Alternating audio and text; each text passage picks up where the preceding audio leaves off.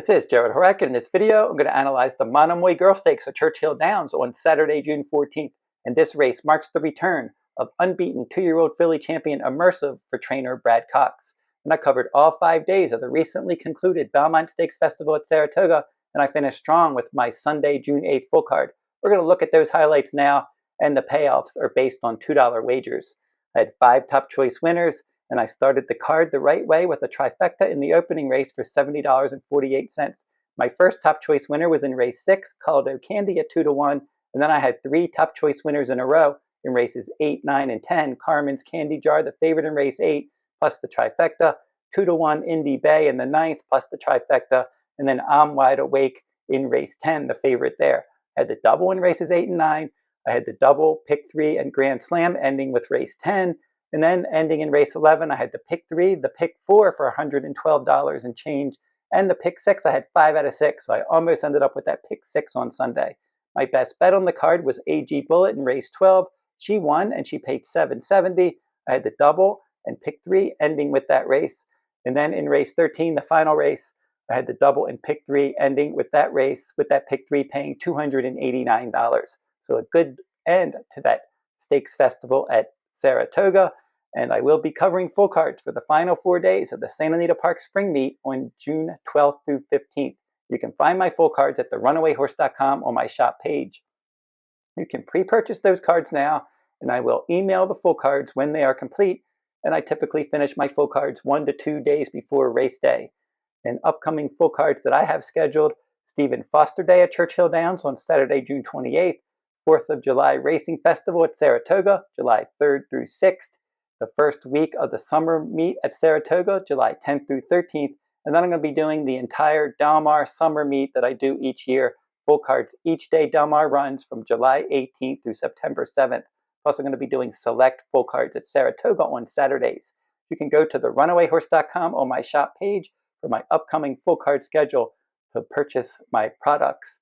And I will include a link to that shop page in the video description below. And my Santa Anita Park Horse of the Day video series continues this week. I have 4 videos planned, June 12th through 15th, so keep checking my channel for those. I got home of the second betting choice, Gaming, in the Affirm Stakes in my last Santa Anita video, that short video that I did on Sunday, June 8th. Now they bet Bob Baffert's other horse down as the favorite. Gaming should have been the favorite there. Class of the field, he was able to get out there, set the pace, and go all the way. And this is my second recent Churchill Downs Stakes video. I did one on Sunday, June 8th. I did the Matt Wynn Stakes, and I tabbed the front-running winner, East Avenue, as my top choice, and the Cold Exacta with Burnham Square. And also, check out my Better Bets blog at therunawayhorse.com if you're interested in a free pick from around the country each day. Go over to therunawayhorse.com. On the front page at the top, you're going to see the Better Bets blog tab. Click that tab, and you'll get a free pick from around the country each day. And now we're going to analyze this Monomoy Girl Stakes, and it goes as the 5th race. And this race is for Saturday, June 14th, $175,000 purse. 3-year-old fillies, 1.16 miles on the main track. Scheduled post time, 2:45 p.m. Eastern Time. Princess Aliyah, number 1 for trainer D. Wayne Lucas. She's 0 for 2 with no top 3 finishes at Churchill, and she's run at this distance twice with 1 show finish. Now, she disappointed finishing up the track in the slop in the Black Eyed Susan. Maybe she didn't handle the footing that day. The 8 bells at Churchill, she didn't run well there either. But she did win a little stakes race, a non-graded race at 1 mile at Oaklawn in April, stalking the pace. So from that inside post, I would think that she will be stalking the pace in here. Number 2, Immersive. She is your 2-year-old filly champion. She's 4 for 4. She started her career with a 6-furlong victory at Saratoga at 10-1 odds last summer, and then clicked right back at Saratoga in the mud in the Grade 1 spinaway, and she was 12-1 there. And then in her next start, the Grade 1 Alcibiades, she stretched out in distance. The bettors caught on to her talent. She was the favorite, and she won that race, stalking the pace. And then she clicked right back in the Grade 1 Breeders' Cup Juvenile Fillies. She was the 2-1 favorite. She was my top choice that day, and she defeated 8 rivals. Now, we've had all the horses that finished behind her have all come back and run, and only 1 has won a race since the Breeders' Cup Juvenile Fillies. Vodka with a Twist, your runner-up, has not won since then. Quick Kick has disappointed. Scottish Lassie as well. La Cara finished 5th in the Breeders' Cup Juvenile Filly. She's the one that's come back. She's had 2 Grade 1 wins this year. I think 3 stakes wins overall. So La Cara has been the horse to come out of that Breeders' Cup Juvenile Fillies and improve. And then 4 other horses that finish behind La Cara, they haven't won since then either. So I'm not sure how strong that Breeders' Cup Juvenile Fillies was, and Immersive's going to take a lot of money in this spot. Anna's Promise is next. This one for trainer Carlos David, and this has been an excellent claim. Now, she is over 4 at Churchill with 2 runner-up finishes. She's won at this distance before. They claimed this filly for $50,000 in February, and she's been excellent since then. They ran her in an optional claiming route race that was on March 6th. That was at Gulfstream Park, and she pressed the pace, and she won by a length. And then they ran her in the Gulfstream Park Oaks. She was 8-1, and that day she stuck the pace from second. 5G won that race by more than 2 lengths, but Anna's Promise was second, more than 10 lengths clear of the next out winner that finished third that day. And then in the Grade 1 Kentucky Oaks, I thought she ran well considering she was 29-1. She had post 11. It was a wet track.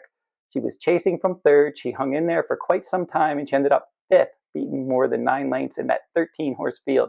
And the pace was quick, and Good Cheer won that when she was undefeated up to that time until she lost in the Acorn recently. Drexel Hill ran a good race from off the pace, Bless the Broken as well. So for Anna's Promise, good effort last time under Junior Alvarado, and now she's reconnecting with Luis Saez, and she should be right up on the pace. Minnesota Money, number 4. This one could be in trouble in here. She's in a tough spot, I think. She did break her maiden in an all-weather route race at Turfway, and then her last win against 3 horses at Delaware Park in an off-the-turf race that was run on fast dirt. So I just think this is going to be much too tough for her. And number 5 is Running Away for trainer Wesley Ward. She should be right up on the pace and possibly the one to catch in here. 6 starts, 3 wins, a second and a third. She's 1 for 1 at Churchill Downs, and she's won twice at this distance. For her, she started her career on turf, and she hit the board in 2 turf races, and then she won back-to-back dirt routes, including the Busanda Stakes. And before that, it was a Churchill Downs maiden special weight race. She wired the field there under her rider, John Velasquez, who's going to ride her in this race. And then after the Busanda win, they ran her in the Ashland, and she finished way up the track that day, chasing the pace. And then last time out, she was in the Slop. It was a race originally scheduled for the turf course and run on that wet track. It was a stakes race, and she was able to use Lasix, and she was 1-2, and she won that race easily, but it wasn't a fast race. So for Running Away, I think the key to her success is to be able to get out there and control the pace in here. And then number 6, Take Charge Milady. She rounds out the field in here for Brian Hernandez Jr. and Kenny McPeak, a 21% jockey trainer team. And for Hernandez, he's been riding her in her last couple starts. She was a horse that I liked when I did my Road to Kentucky Oaks video series earlier this year. I did the Martha Washington Stakes, and she was my top choice, and she won that race by 5 lengths, stalking the pace. Then in the Honeybee, she was way up the track. She had trouble. You just got to draw a line through that one. Bounced back with a big effort in the Grade 1 Ashland. She rallied from off the pace, and she finished a good second. She was getting to La Cara in the late going. La Cara has won a couple Grade 1s, including the Acorn Stakes, Belmont Stakes week. So for Take Charge Milady, that was a good effort. And then in the Kentucky Oaks, she finished way up the track. She was having some foot issues, so I'm hoping that that's behind her now, and she can bounce back with a better effort in this spot. She does like this distance with a win in 2 seconds from 4 starts. So Immersive's going to be your favorite in here. I want to try to beat her. I said that the Breeders' Cup Juvenile Fillies has not come back as a strong race. I really respect her record for sure. I have no knocks against her. I think she's going to work out a decent tactical trip. But her first start since November, this is just a starting point to her campaign. They want to run her in bigger races down the road, and maybe she'll be vulnerable off of the layoff that first start since November 1st of 2024. So she'll be my 3rd choice. My 2nd choice is going to be Take Charge Milady. She's number 6 in here, and I liked that effort in the Ashland, and I think if she can run back to that kind of race, I think she can definitely be a threat in this spot, and maybe the bettors will go off of her because she did not run well in the Kentucky Oaks last time. I'm going to take a shot with number 3, Anna's Promise is my top choice. I like her early pressing speed.